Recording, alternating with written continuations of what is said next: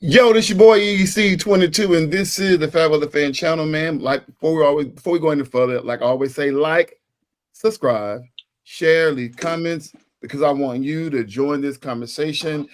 And on the call, I got always your favorite coach, D-Way. What up, brother? What up, brother? Welcome, everybody.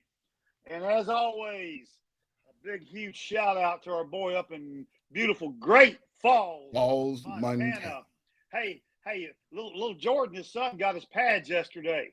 Oh, yeah? Yesterday was equipment and pads day, man. So he's excited about that. But yeah, just say hi to J-Dub and man, looking forward to another good show, and as always, hanging out with my homeboy brother from another mother, the one and only EC22.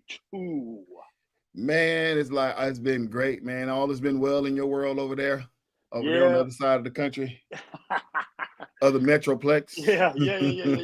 It's been good. I know we got a lot to dive into, but yeah, I'm gonna throw something out there that wasn't on the list, but I just kept getting feed after feed. It's been going viral, so I'm gonna throw this out there. Let's go. I love it. Is Rajah Jackson? If you don't know who Rajah Jackson is, he is the son of former MMA fighter, superstar Quentin Rampage Jackson. I'm pretty sure that our boy would definitely know something about him since he liked MMA. Simba. Hey, you can't know MMA if you don't know about Rampage, man. We're gonna check Simba next week on that MMA. So, all right, man. His son went viral for beating this guy Stuart Smith, aka Psycho Stu, unconscious in a wrestling match. And there's so much fault on both sides, obviously Rajah got to keep his control, but Rajah was invited to an event, and this is the way the story goes. Rajah was invited to an event in the midst of them trying to work out, saying how the show was going to go on. Rajah is the MMA fighter, so he don't know the ins and outs of what it comes down to, the scripted part of professional wrestling. So he walks back and approached the guy, and the guy hit him in the head with a can, and unscripted. And I guess the guy wanted to test him. Yeah, just wanted to test him to see if he can handle this type of entertainment. Obviously, it rubbed Rajah the wrong way. Everybody seemed to calm him down. He's supposed to be calm and collected.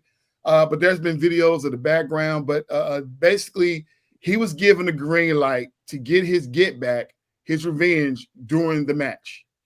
Okay. And he got it. But it was supposed to be like, obviously, if you're going to get back, some would probably suggest maybe 1 or 2 actual licks and then keep it moving, because the guy just hit him one time with a can. It didn't really phase him that much, but oh my God, the guy went off on her and lost his freaking mind and beat the dude senseless, man. Some people thought he was unalived in the ring, man. It was that bad, and it's been going viral, man.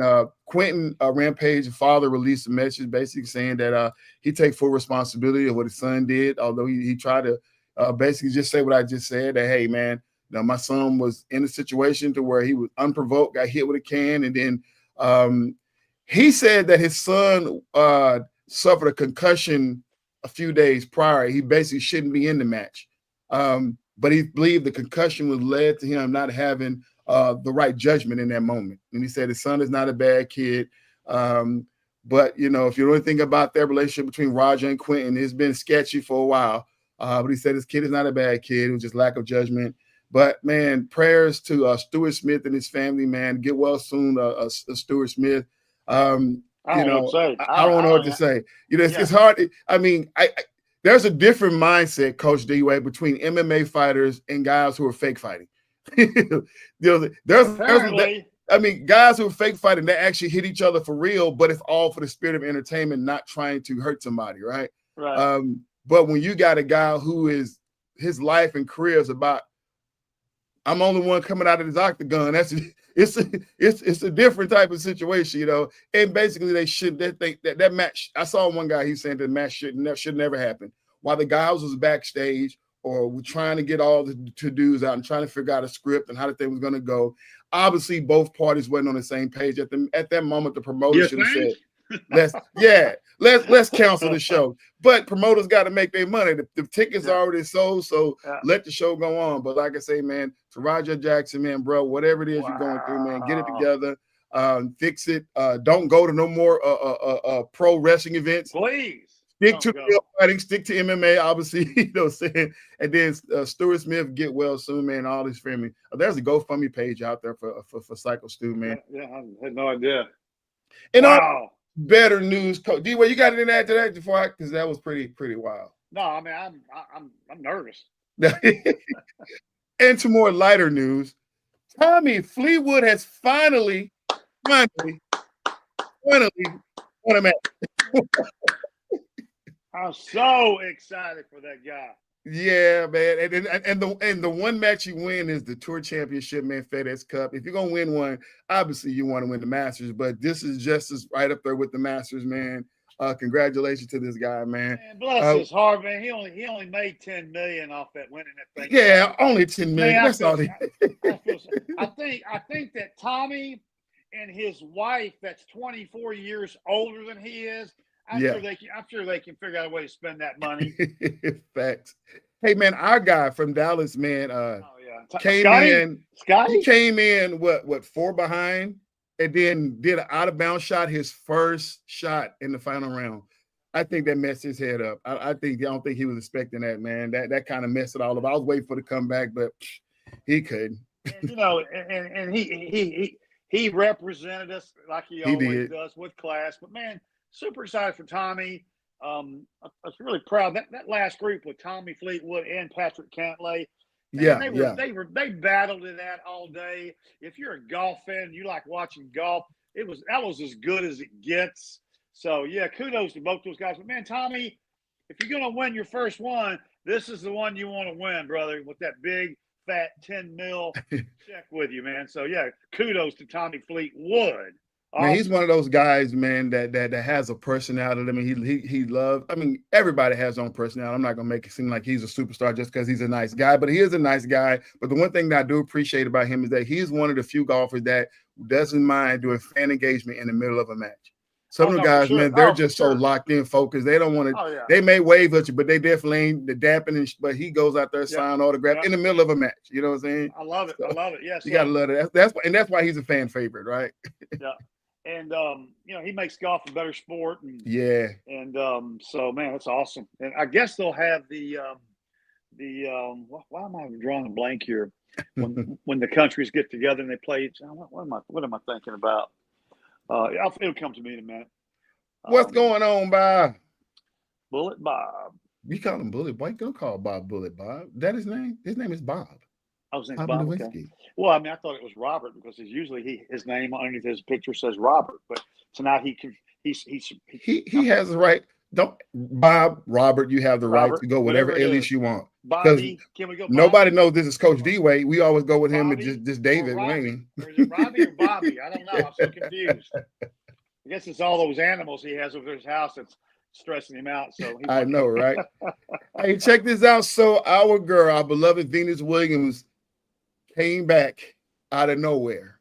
2 years since she played tennis, and she just appeared out of nowhere in the U.S. Open. Man, I actually was watching the U.S. Open. Actually, it was just on, right, Coach? Here's the funny thing about it.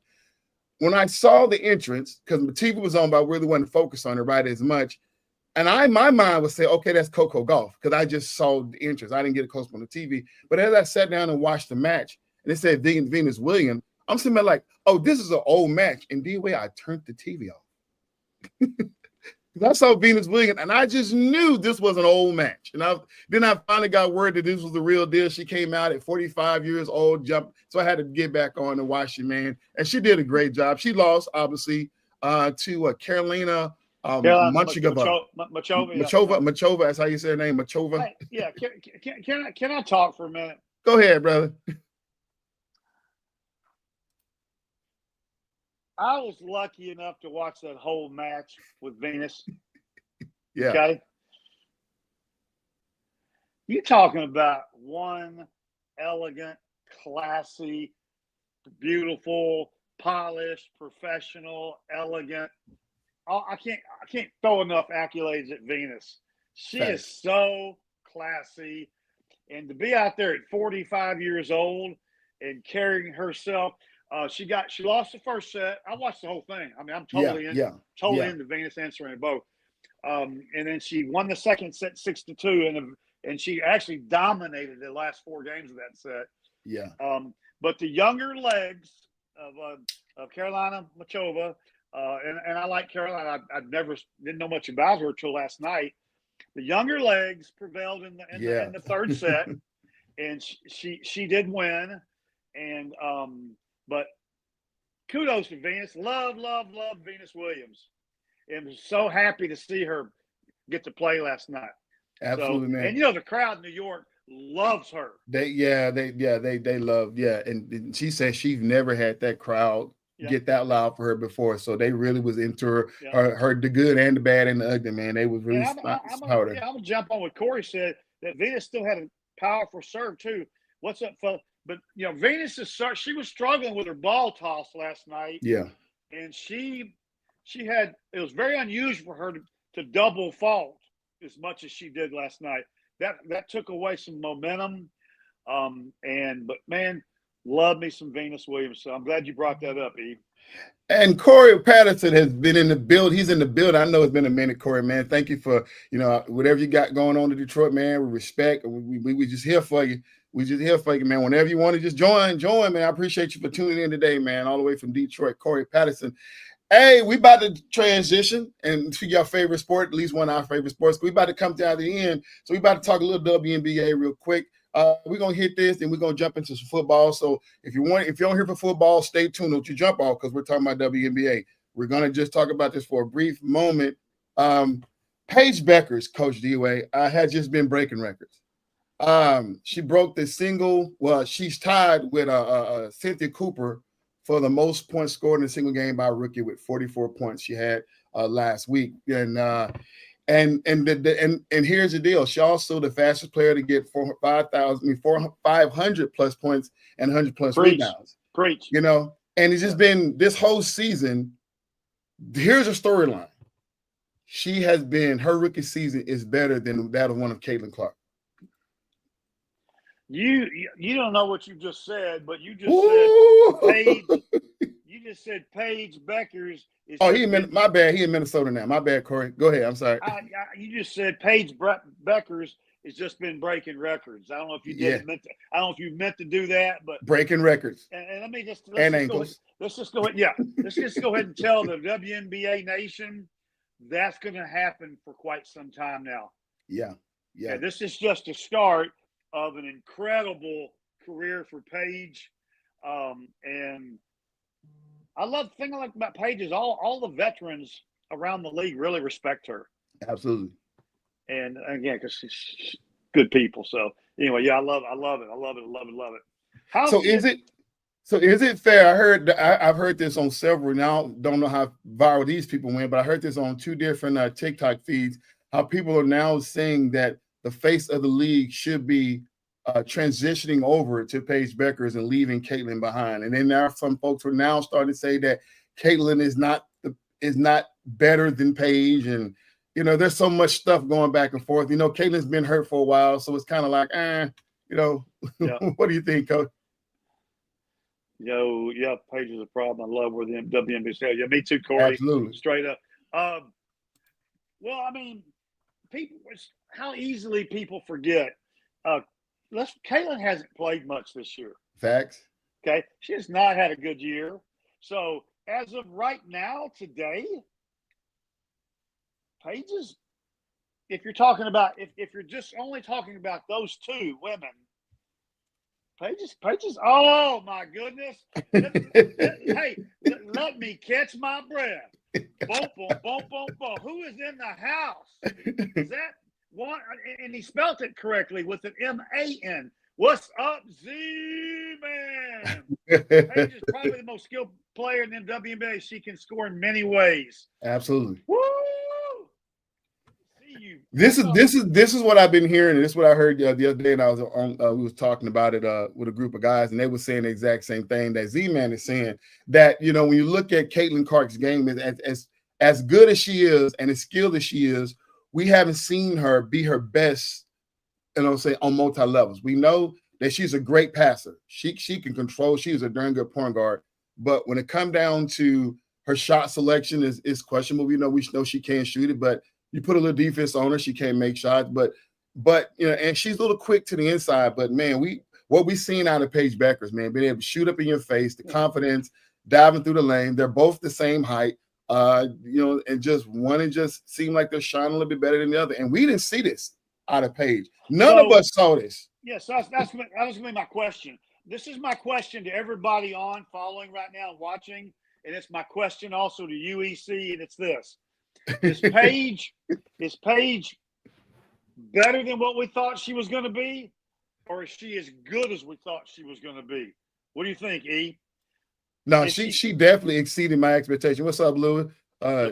She definitely exceeding my expectations. I knew she was going to be good, but I went on record in saying that she is not going to be, the next superstar in the WNBA, at least not right away. I just knew she was good.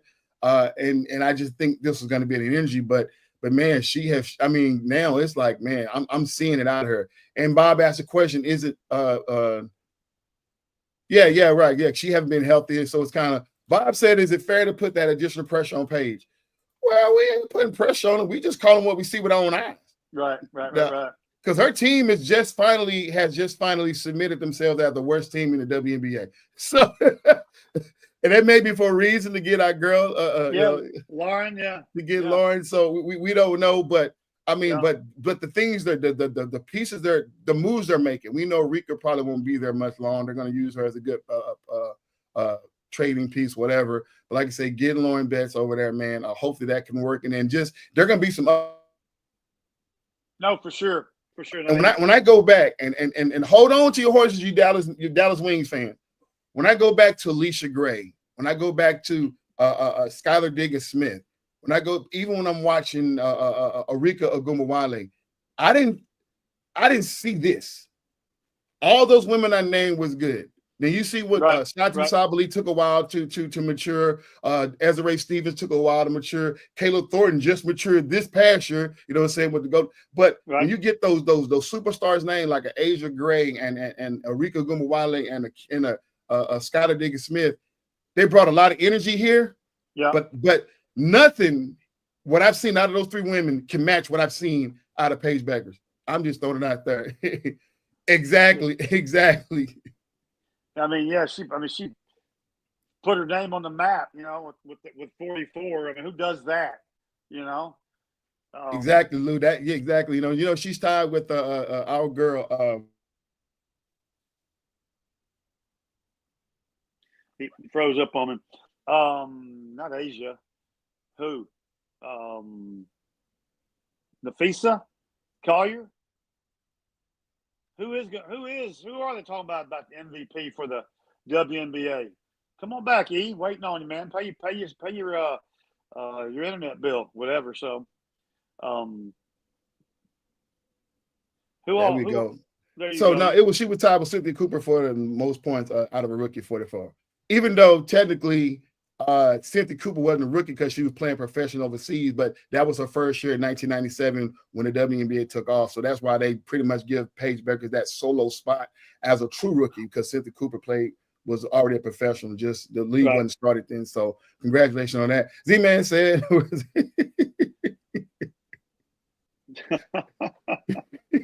Hey, I don't know.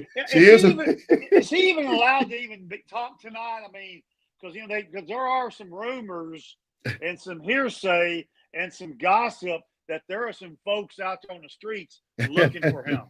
So I don't know. He's stepping up big time, man. He said, Eureka's gone. Yeah, no pressure. Absolutely. Yeah, absolutely. That's what they need. I mean, we said it, we're saying that they need to get better in the front court. Back court is solid. They made some traded pieces. They're going to get better. They're going to get better. If they don't, we're going to have to go down that all to figure out what's going on. Yeah. Oh, our girl, Angel Reese, as though she is not always the most exciting to watch at times, but she constantly keep breaking records, man. Yeah. I mean, I didn't think she was going to do it this year. I didn't think she was going to break Tina Charles' record, but she broke Tina Charles' record of the most double-doubles in a season, she's 46, Tina Charles at 45, and they still got about 2 more games. I think they got maybe 6 more games to go. So who knows, man? I mean, she's not the most pleasant to look at, but at the end of the day, man, she has what she has, you know. Candace Parker goes on and said that she gives Angel Reese a grade C. This was a little bit after the All-Star break. She gave Angel Reese a grade C, and there's so much there, Coach D-Wayne, because Angel was there the night when the LA Sparks put a number in the rafters, and you can watch Angel Reese. She weaved and ducked. No, for sure. No, you froze on me again. No, Angel has really stepped up her game, intensity-wise and play-wise, and so there's a lot to be said there for that. But she's come on as of late, which I'm glad to see and glad to hear. But I wish you could quit freezing up on me. We go. I'm spit. You know what, y'all already know. If y'all been with me, y'all already know what's going on. Don't need to repeat it. But no, Angel Reese feels some type of way but obviously Candace is a hero. And some people say never meet your hero. And this is a problem when you have players that are too close to the game. I think Candace is going to look back maybe in 5 to 10 years and go back and say she could have handled this situation a little bit better, because at the end of the day, Candace is still, she just recently retired. The league is changing. You're talking about fans are saying this is the best talent they ever seen in the league, and people like Candace Parker would take some type of they feel some type of way about that, because obviously that generation, that era she played in was super, super tough. Can't even compare it to what we see right now. You just got more eyes on it. But obviously, a great C for a young lady who's breaking records. That's like, I don't know. I thought that was kind of unfair that Kansas said that, but it is what it is. Yeah, she gets a bad rap, but she is good. The playoffs is here. The WNBA playoffs is coming up in the next couple of weeks. And as it stands right now, we got the MVP race going on. Hey, A'ja Wilson has been climbing the charts, D-Way. I have seen that, and I'm seeing it now. And Phenisa Collett has been, Brandon, what's up? If we remove Angel rebounds from her own misses, I beg to differ on that, Brandon. I beg to differ on that. I just think, because if she makes those shots, then she's going to be breaking other records. If you think about all the rebounds she got and those turn to points, then she's talking about she'll be basically in the top 5 in scoring. So that still would be breaking records. Maybe not rebound record, but she'll still be breaking other records. So at the end of the day, I got to give credit where credit is due, man. And it's not always her own rebounds. We just got to give it. No, she do. If you watch her play, she does know how to track that ball down. He said we can say the name about exactly Moses Malone, Dennis Rodman. Dennis Rodman couldn't make a layup, save his life. But they're Hall of Famers. They're Hall of Famers. 50th, 75th anniversary team. So at the end of the day, they do what they do well. But no, listen. Our girl Phenisa Collett has been hurt. She's been out, nursing an injury. And while she was out, A'ja Wilson thought she could come up and creep up and take that MVP spot. And our girl the other day said, wait a minute. Came out in her first game and dropped 36 on them. Said, no, with 32, 36, she came out and said, no, I'm back. Yep. I saw that. Yeah. Wait a minute. Yeah. Hey, it's about to get tight. Now, I know they want to throw our girl Alyssa Thomason in the thing for her triple doubles and stuff. But it's been interesting with Nafisa Collier, that's been out for a while, and Caitlin Clark, who's been out for a long time. And you see 2 or 3 other girls that are coming in and stepping up and saying, hey, we're still here. Yeah. Make sure you know that we're here. And but I don't know if you heard what I was saying, but with Fee being out and Caitlin being out, it's kind of been a different kind of year, if I can say that. Well, Coach, it's been with those when you got all the viewership coming to see Caitlin, and then you got Phenisa Collett, who just blew up over the summer. Then Asia Wilson, taking her slow return back because she was out for a few games. And then you get to see other players do it. No, you're right. That's the beauty of the sport. Is like you want because we know what they can do. We know what Asia and Phoenix can do and what Kayla can do.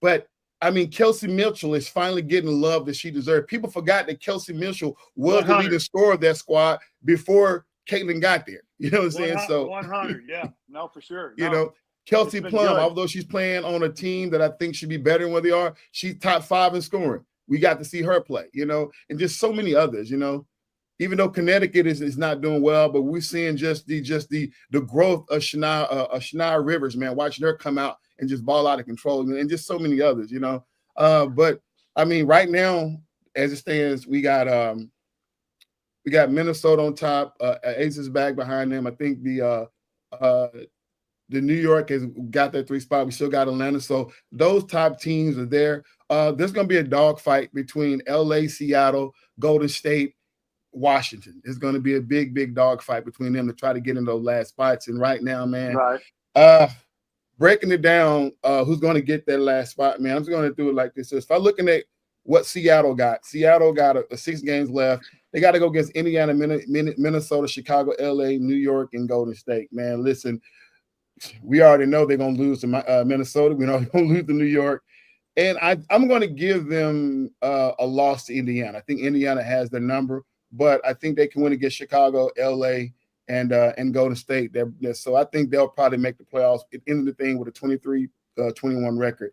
Indiana, I think they get in. They have a schedule. For whatever reason, Indiana cannot beat LA, so I don't think they're going to get that win. But I think they're in their thing with their record be 21-23, and I think that'll be enough to get them in. Golden State, they got Washington, Indiana, New York, Dallas, Minnesota, Seattle, Minnesota. Those Minnesota games going to kick them out. So I don't think Golden State is going to get in. I think they're going to be, and of course, with their top score out, it's going to be hard for them. I mean, they just start going down after that. Let's see what the comments saying before I move on. Currently, Angel is a piece, not the piece. She will eventually be the piece. She is a huge upside considering. Yeah, absolutely. I agree with that. He talking about our girl. He like to peak her girl. Our girl, Studbud, Courtney Williams, daddy's girl. Courtney, yeah. Daddy's girl, I always call that because, man, she is a straight up daddy's girl, man. Studbud, Courtney Williams, man. She is a dog, man. Her and the Katasha Cloud, man, those are my 2 favorite non-Asia and Minnesota and Phoenicia Collar players. Moving on to the Golden State. We are talking about Golden State. The LA Sparks, I think they'll make it in. They got a tough road ahead, but I think right now their grit is right there. Kelsey Plum is top 5 in scoring, so I think they'll pull it out and make their playoffs with a 2024 record. And in Washington, as much as I love those 2 rookies, man, between Sonia Citron and Kiki Erefin, when you trade away your top scorer, Courtney Sykes, then your mind is made up that you're looking for next year. Yeah, you're playing for the future. Yeah, you're playing for the future. So at this point, y'all keep thriving, keep moving forward. I mean, they got some good depth in the front and back court, so I'm proud of what they're building there. They can't do nothing but get better, so I look for them next year. But I think, then, of course, you already know the other 3 teams that are out, Dallas, Connecticut, as well as Chicago Sky. Mm-hmm. And with joining them, they're going to be Golden State and Washington, and then the playoffs be set. And then I can't wait to see Kelsey Plum in the playoff. I don't think nobody wants to see Kelsey Plum in the playoffs. She is playing with a serious chip on her shoulder, man. Woo! All right, here we go. We got to talk about it. Transition from the WNBA. Thank you guys, man, for hanging in with the WNBA's comments. Let's move into what's next for Shilo and Shedeur. You don't know, Shedeur Sanders has made the 53-man roster, but he is QB3, the reserve or emergency quarterback behind Dylan Gabriel. And then Shilo Sanders got cut from the Tampa Bay Buccaneers. And some say it's because he wasn't good enough. Some say it's because the fight he got into it the last preseason game. We don't know. But at the end of the day, this was going on with the Sanders brothers. Yeah. Coach D-Way, what's next for him? I've said this from day one. Shedeur Sanders is going to be a player in this league. Okay. He's got all the tools. I've said it from day one. He's going to be a great backup for the next couple of years while he's continuing to learn the game. So I'm rooting for him. I didn't get to see much of Shiloh's preseason, any of his games in the preseason. Okay, so but maybe somebody will pick him up, maybe as a special teams player, as backup DB or a backup wideout. I don't know.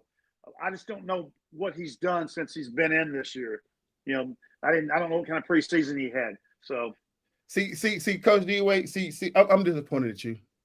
Oh, I know. Because you didn't understand what was happening here. Bob saw it. Somebody's rocking the Browns merch. But see, I also got the prime time. I got that bling on too. I'm repping the Sanders bling and all that. Oh, I saw you. I saw you, bro. I saw you. I couldn't swallow it, man. I didn't want to give you too much, bro. So he said, "Man, I'm sorry, but that, yeah."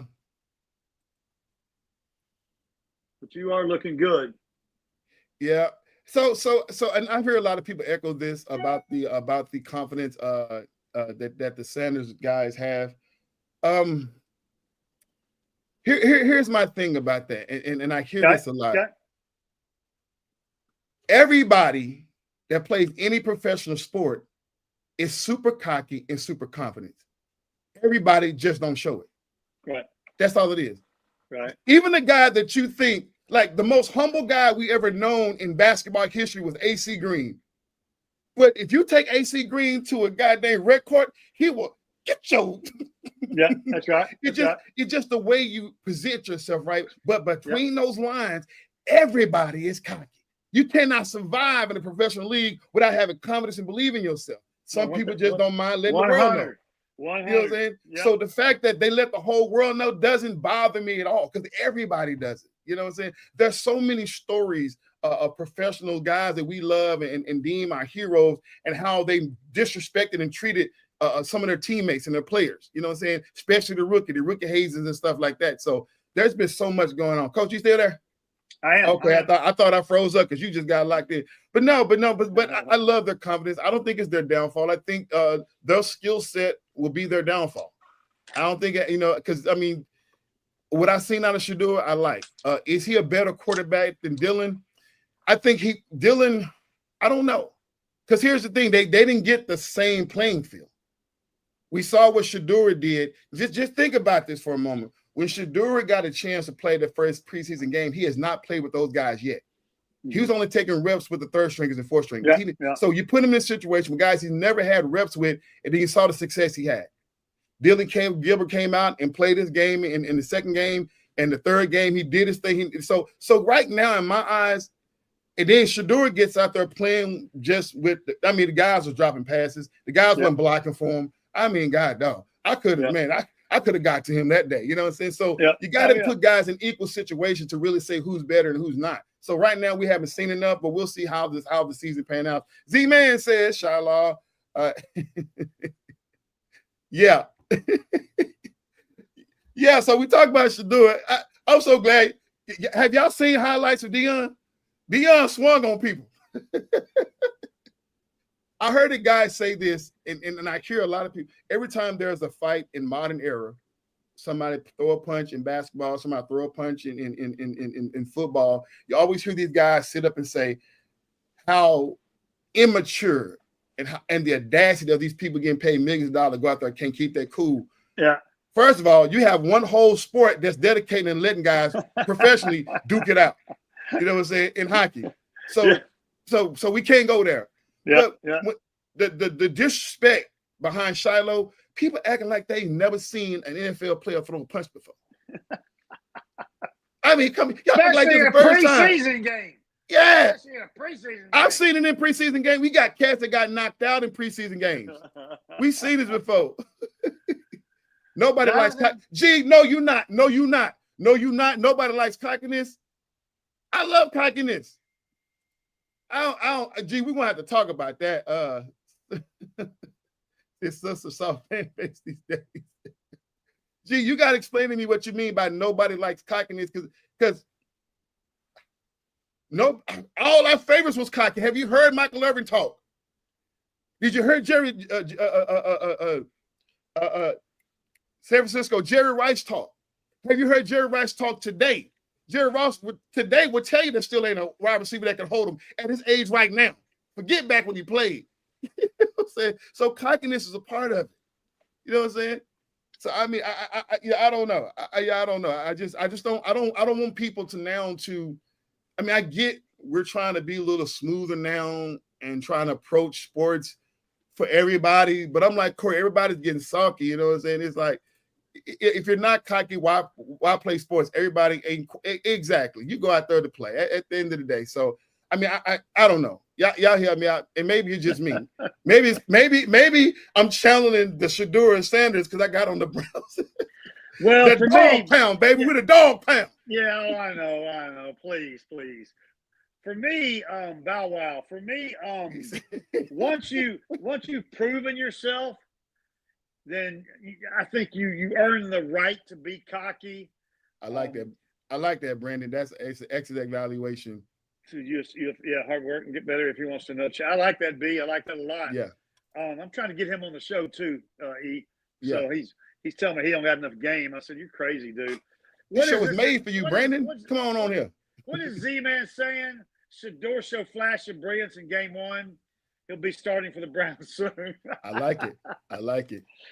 Z-Man, go clean a desk or something, man. Come on. He said, well, to a degree. Yeah, we like to a degree. Go vacuum some carpet or something in the office. Well, finish your statement, Coach. I was just going to say, you have to earn the right, in my humble opinion, to be cocky and be brash and all that kind of stuff. And I think that's what the veterans always that's always their problem with rookies that come in all cocky and brash and just full of themselves. You know what? You're a nobody. This is the NFL. You are nobody until you prove to everybody that you're going to be somebody. So, Corey, imagine if they watch football in the 80s and 70s. Trust me, that not. Yeah. They see so many more fights out there. Oh gosh, that's greatness. But it's going to shake out. I do think that Dylan and Shedeur can both play in this league. Now they both may be backups, but I think both those guys can play in this league. Don't you? I definitely think that Shedeur, as of what I've seen so far, is definitely a starting QB in this league. Okay. Shedeur. I ain't hating on that. I'm not hating on that. Shedeur, I think that's what I'm leaning heavily on what Brandon said. I like what I've seen, but at the end of the day, that safety position, that safety position and those DBs, man, there's so much speed out there from the offensive side. And what I've seen this preseason with all these high-scoring games, it's the safeties that suck. The safeties are, and if you couldn't win a starting job in this bad across the league, bad DBs, you need some USL work, something, because I have just not been impressed a lot of DBs. Now some teams look better than others and stuff like that. I don't know if it's just the way these defensive coordinators are running their defensive scheme, but I just haven't been impressed with a lot of the DBs they had out there. He said Sanders kids are technically nobody. What? I love where Jonathan's coming from. I love it. And I agree 100%, G. 100%. Here he goes. Come on. Go ahead. Exhale one more time for me. See, we got to be careful with the words you choose. Sanders kids are technically nobody. They didn't win big in college. You got to understand, this goes back to high school and how you are ranked. When you're ranked number 1 of anything in the nation, that means you're supposed to go to a power conference. Shilo, Shedeur, we all know Travis, were all slated to go to a power conference, but they chose to go to Jackson State. They chose to go to Colorado. Is the reason why they didn't be. They brought all that energy and faith because what they chose to do. And even after playing over in the SWAC and then coming over to the Big 12, they still was right there in the Big 12 conference, tied in 3rd place going into the conference game, tied for that number 1 spot. So you talking about nobody. I'm like, the kid can spin the ball. They just chose to go to a conference that was weak and nobody was watching. To say there was nobody, I mean, the fanfare, everybody tuned in and got their money's worth. To say they're nobody, that's not fair, G. Well, technically nobody, that's not fair. I mean, they tuned in. They all tuned in because of Prime. Prime. Okay. He said, if it had been a no-name guy coaching, Colorado, I don't know that people would cared, would watched and tuned in and all that kind of good stuff. I beg to differ. I beg to differ because there are a lot of guys that, I mean, think about it. I'll think about this, Coach D. Just think about this. I am. After the first round and maybe the second round, out of the quarterbacks that was taken in the third and fourth and fifth round, do we know any of those kids? No.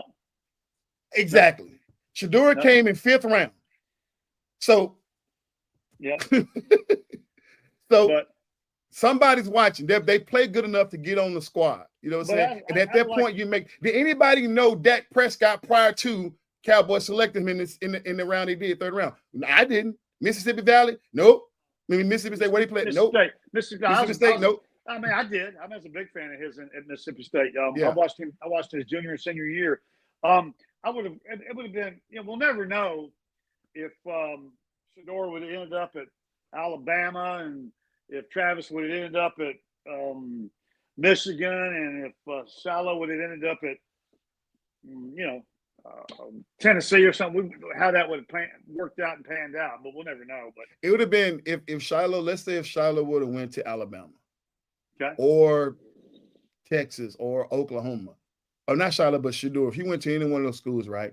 Yep. The amount of energy and press that would have been on him, on top of being Deion's son, on top of the pressure of Deion trying to give his 2 cents, that just is like when you know that amount of money is going to be poured into a kid, into an organization. Deion said, let's take this to a program that needs it. It's that simple because he know good and well his son could have went to Alabama and been a superstar. Could have went to any one of those power and been a superstar, but it's about knowing and believing the skill set that his kid had, but taking it to an organization that needs it more. That's all it's about. But at the end of the day, we couldn't find, I mean, out of all those QBs that was picked over him, you mean to tell me that Tyler Shuck is better than Shedeur? Nope. Need I go on? But we all can be what John did say. He said, they couldn't win the swag as blue chippers with NFL. The only reason here's a fun fact since G throwing it out there. Exactly. Tony Romo undrafted, but look at the superstar he became, right? The reason why they lost the SWAC tournament, G, is because Deion has a rule that when his kids went away for the weekend, they had to be back at a set time. If they did not, they didn't get to play. All of his students and all of his players was on that same guideline. And his son came back late, so his son did not play the first half of that game. That's the reason why they lost the SWAC tournament. Otherwise, they would have won. Because Deion didn't care if it was a championship game or not. At the end of the day, rules are rules. That's the type of man that he's raising. So that's the only reason why they lost the game, to throw it out there. DC is on. Who's your daddy matters. Who's your daddy? Who's your daddy? Who's your daddy? Who's your daddy? Who's your baby? It's just what I believe. That's why they played for their dad. I mean, at the end of the day, man, I mean, we can go on and on and on about this, man, but, we've seen this before. It's just not as highlighted because of Deion, You know what I'm saying? You look at the McVay family, how they just keep their family all up in coaching and executive office and stuff like that. You know what I'm saying? So, but nobody says nothing about that, right?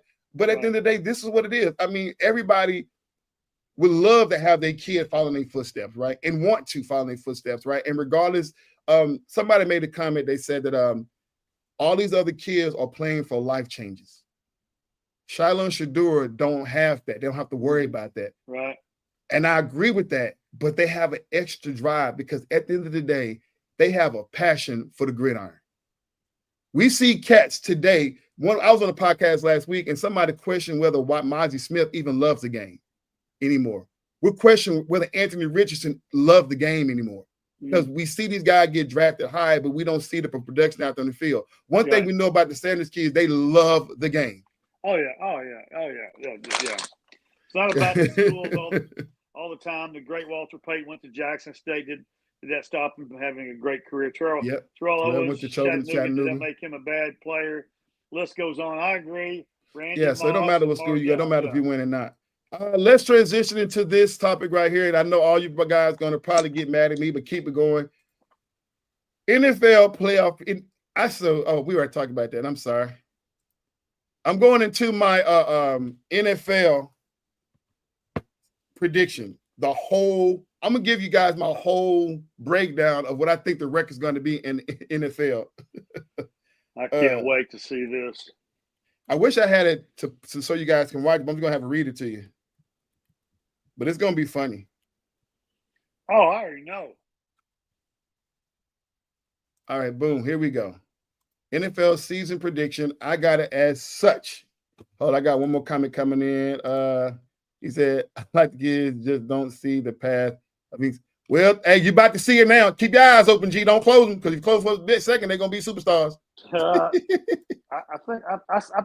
side with Jonathan G on all that. Yeah, I think they'll both have very short careers, but we'll see. We'll see. Hey, everybody type their opinion. I ain't mad at you. Yeah, but check this out, Coach. Here we are. I'm going with the AFC right now. I got the Texans, Houston Texans, 15-2. Buffalo Bills, 15-2. Baltimore Ravens, 14-3. Kansas City Chiefs, 12-5. The Cincinnati Bengals, 14-3. The New England Patriots going 13-4. The Denver Broncos going 9-8. Mike Tomlin, his team get another winning season, but don't make the playoffs. I got them in 9-8 and missing the playoffs.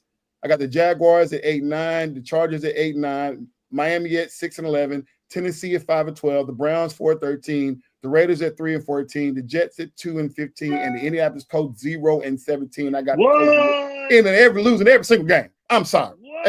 That's how I see it. Going over to the NFC, I got Washington Commanders 15-2, the 49ers 15-2, the Detroit Lions were 14-3. I got the Tampa Bay Buccaneers at 11-6. I got the Philadelphia Eagles at 13-4. Green Bay Packers at 13-4. I got the LA Rams at 12-5. And then I got the Dallas Cowboys, who missed the playoff with 9-8, along with the Falcons at 8-9. The Bears at 7-10. Arizona 7-10. Seahawks 5-12. Carolina at 13-14. The Minnesota Vikings just at 2-15. The New York Giants at 1-16, and those guys over in who that, whatever. New Orleans Saints at 0-17. What? Throughout the whole playoff run, I got none other than, here it is, drummer please, the Philadelphia Eagles, back-to-back Super Bowl wins. That's your boy EC22. Yeah. It's funny you bring this up because Brandon Marshall and myself had the same conversation today. Yeah. I'm going to make a statement. Okay. I don't think anybody this year is going to win 15 games in the regular season. Nobody's going to win 15. I like it. I said it. Yes, G, the Commanders. I got them up there. Hey, G, they got my boy Deebo Samuel over there now. I think Deebo's going to make a big difference. I hope, but I think we'll take a little step back. I was thinking, wait a minute. Did you just say that the Vikings were going to go 2-15 this year? I sure did. That's great. Corey said he think 11-6, but he said he'll roll with my 14-3 prediction. Oh, that's awesome. I think their depth. Once again, the Detroit, man, they got so much depth. I know they lost. I mean, but yeah, they, because everybody thinking, okay, with the absence of Ben Johnson over there is going to change everything, and I'm like, the absence of Aaron Glenn is going to change things. But it's Coach Dan Campbell. You know what I'm saying? That's Coach Dan Campbell is the guy. We'll see. So we're gonna see. We'll see. But man, the Chicago Bears, winning 7 games, that's a game changer for me. That's a game changer. Come on, B Marshall, come on, get on that. I really want them to win more, and I would love to see the Chicago Bears in the playoffs. And this is just my prediction. This is just emotional picks right there. Had nothing to go on, nothing like that. It's not about I'm trolling all up on their depth chart and they're looking. I'm just going with straight emotions right now. You said, yeah, a little bit trolling, yeah. But no, I would love to see Chicago win more games because I like what I see out of offense, man. Finally, we'll get to see. Now, we got coaches that we dubbed as being great coaches, but you're talking about Belichick and McGovern, Kansas City, Andy Reid. Ben Johnson has the chance to be that next guy. Well, it won't be this year, but yes, he does. But I'm talking about just over the course of his career, he had the chance to just be that guy that everybody wants to play for. Hey, I might throw Aaron Glenn in that conversation too. I think I'll throw Aaron Glenn in that conversation too. He'd be another one that everybody wants to play for. But he's under the curse of New York Jets. That team is just so cursed. This is what a reliable source told me today. Let's go. And this is what we can discuss for a second. A reliable source. You ready? I'm ready. Said that the Kansas City Chiefs with Andy Reid, there he is. Chiefs would win the Super Bowl this year. That Mahomes, Kelsey, and Andy Reid would be on a mission to get back to do it one more time before Travis rides off in the sunset with Taylor Swift. Okay. Hey, I will be on that train until the news I heard today. Our boy has slimmed down and got engaged to Taylor Swift. I heard that. Now that's totally what the media does right there. I understood it to be they set a date for when they were going to get engaged. Okay. Now I don't know. You might be right. You might be right. I click on the clickbait stuff, and that's where I get my information from. My sources said they set a date on the when they're going to actually get engaged. Yeah, so we'll see. But so if it's just a date to get engaged, then our guy's gonna be completely locked in to try to get them to another Super Bowl. But if he's on dealing with Bridezilla, oh God, no, no. And let me tell you, and Brandon Marshall said it first. Brandon Marshall. Ooh, payback. Brandon Marshall said that Taylor wears the pants in that relationship today. She said, I got more money, I got more fans than you, brother. That's what he said. Now don't sleep till Brooklyn. Oh, that's funny. That's funny. Kansas City over Philly and Super. Real talk, Brandon. This is what football fans want to see. Now I get there are people who tired of seeing Kansas City and Patrick Mahomes and whatever. But at the end of the day, if you're talking about the best of the best, the Titans versus the Titan, this is what you want to see. Preach. Yep. He said, "Oh yeah." But man, I got them. I actually got them going against Cincinnati. I got Philadelphia and Cincinnati, and I think Philadelphia takes out Cincinnati. That's just my predictions on that. No. Is it? I got to go back and look. I think it's Buffalo. No. Cincinnati. I got them going against Cincinnati. Yeah, and I just think it's going to be an air raid situation. But man, hey, is what it is, man. Man, DK, you guess what? We've come to the end of the show with so much talking about, man. Wow. I'm impressed with you, man. You got me through it. You got me through it. Man, so all guys, man, from Corey to Jonathan and Robert changing that. He went from Facebook to YouTube. So yeah, that's why he changed his name. It's Bob on Facebook, Robert on YouTube. But man, thank you, Robert, for joining the conversation. Brandon Marshall always. So he's Robert on one thing and he's Bob on the other thing. I don't know what to call him. I give up. So hey, Mr. Nowinski to you going forward. Gosh. Mr. Nowinski to you. Like Dirk? Mr. Nowinski to you. He go, yeah.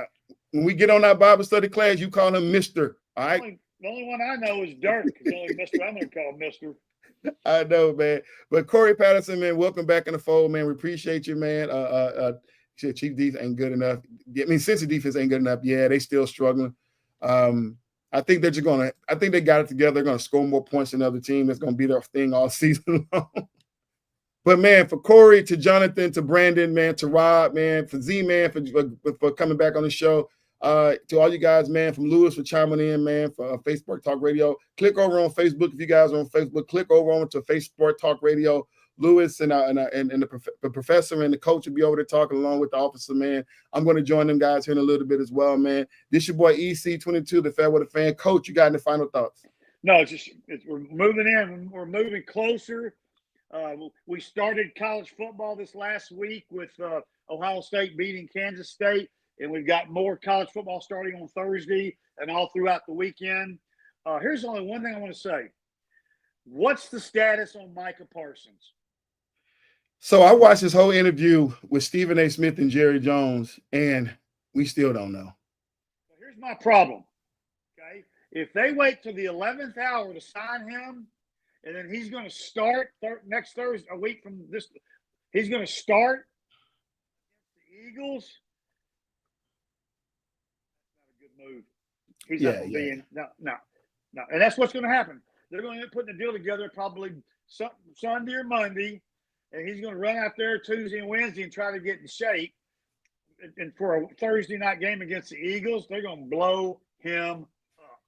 So now I will say this about Michael Parsons. There's one thing I can appreciate about the young man. Because the young man really believes in himself, Coach D-Way, he may not necessarily be practicing full with the team, but he's definitely staying in shape. He's a guy who takes his now, it's a difference when you out there just doing jump ropes and hurdle jumps, they run up in the hills and stuff versus getting on the pads and getting touched up. It's different.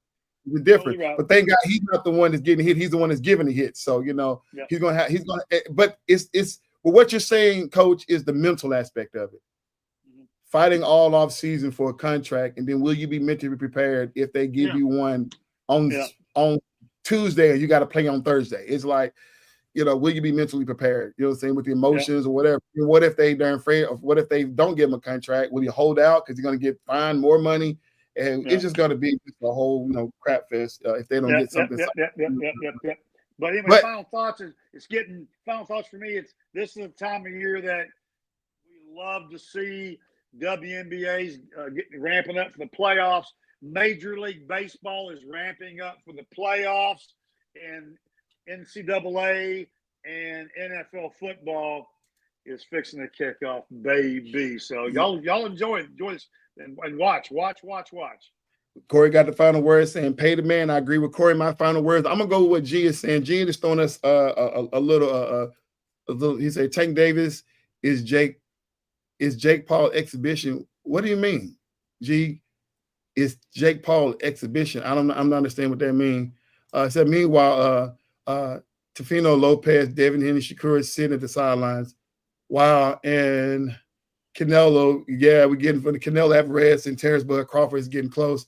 Is that really true that Tank Davis is going to play in a exhibition against Jake Paul? I mean, fighting,